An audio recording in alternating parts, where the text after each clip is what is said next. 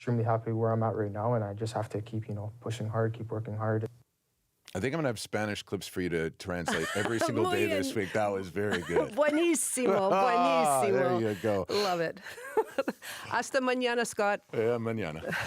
That is Scott Regier with our morning look at the world of sports. You're listening to the early edition, and it's 7:43 right now. And yes, there will be a lot of sockeye salmon returning to the Fraser River this year, to the tune of nearly 10 million fish, the biggest return since 2018. Now, that abundance would normally lead to an increase in fishing quotas, but this year, that increase isn't as much as you might assume, according to Michael Griswold. For 40 years, Michael served as a member of the Fraser panel of the Pacific Salmon Commission.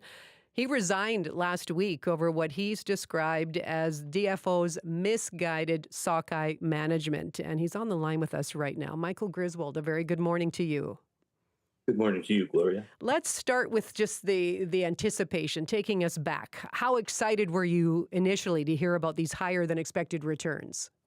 Well, it was incredibly good news there because we anticipated a run at the beginning of the season. The forecast was for about a quarter of what returned. And generally, with that amount, there was some sort of measured fishing opportunities, primarily to First Nations for food, social, and ceremonial fish, but not really any commercial opportunities. But once the runs started coming back at the numbers we were looking at, that gave us hope. And, hope is sort of the foundation of fishermen. It is what we live on because if we didn't, we'd all have other jobs. So when we didn't get the opportunities, then the hope diminished. Well, tell me what that hope entailed then, what this return could have meant for commercial fishers.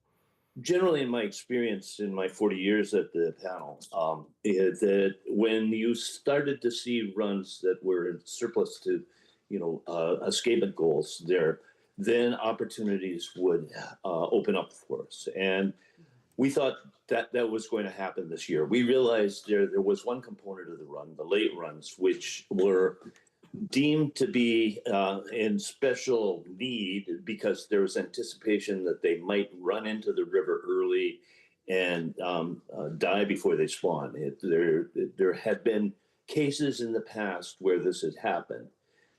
Mind you, on the brood year of this particular year, this is 2021, the fish entered the river at the right time and spawned successfully.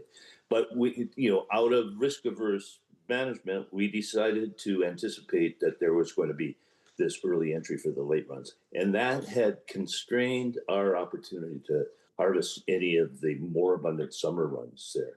And there is the frustration.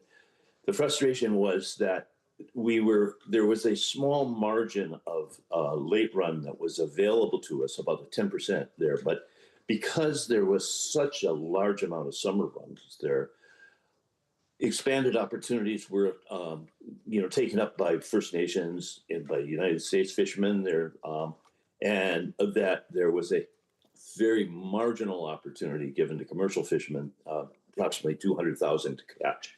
And all those fisheries ended up using up the 10% allowance on the late runs. And basically, as the run was starting to peak, we found that we had no extra fishing opportunities. Now, we went to the department and said, hey, is there any room for movement? Because in the past, when runs came back at greater than expected, there was margins for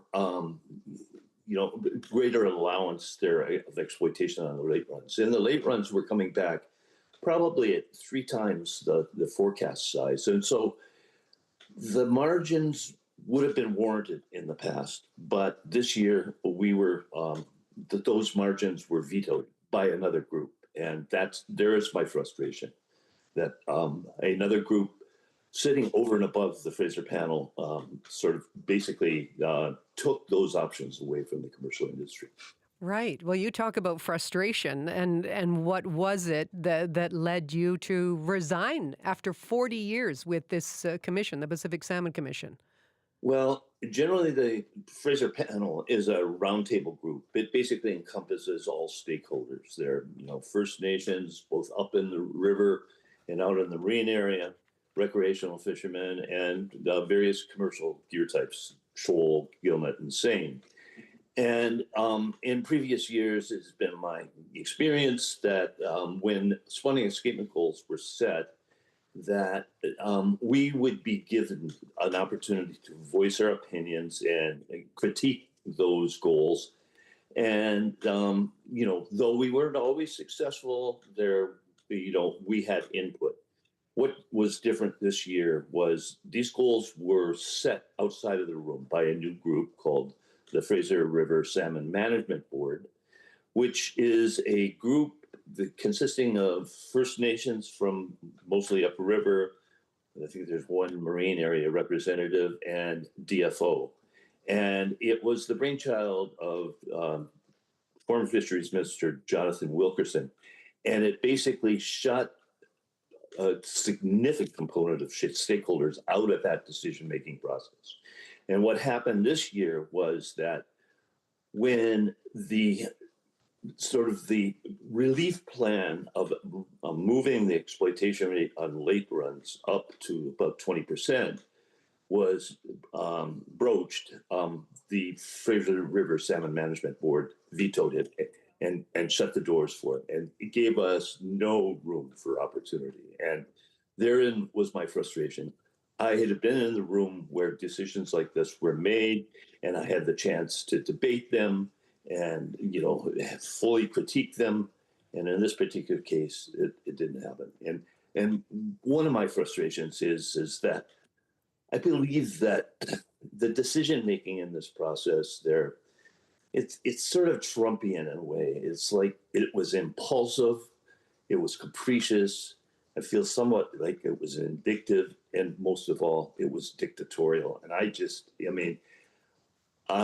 have been in this process for so long, and I gave my heart and soul to it, and to have that happen was the final straw for me. What was the reaction to your resignation?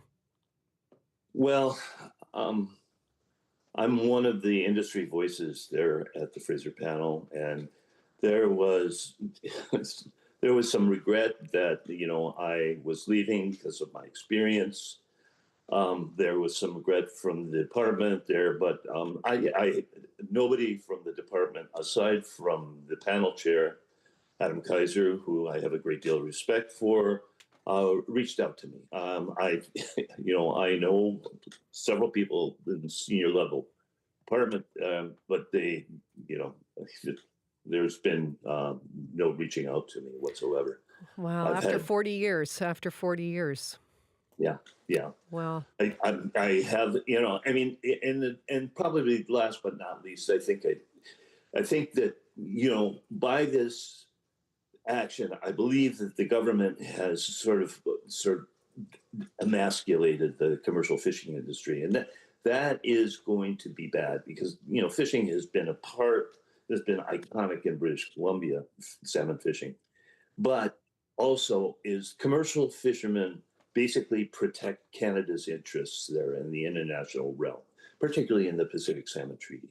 And it was the commercial fishery that brought, the United States to the table because, in the treaty, we've tried to balance our catch of U.S. fish with their catch of our fish.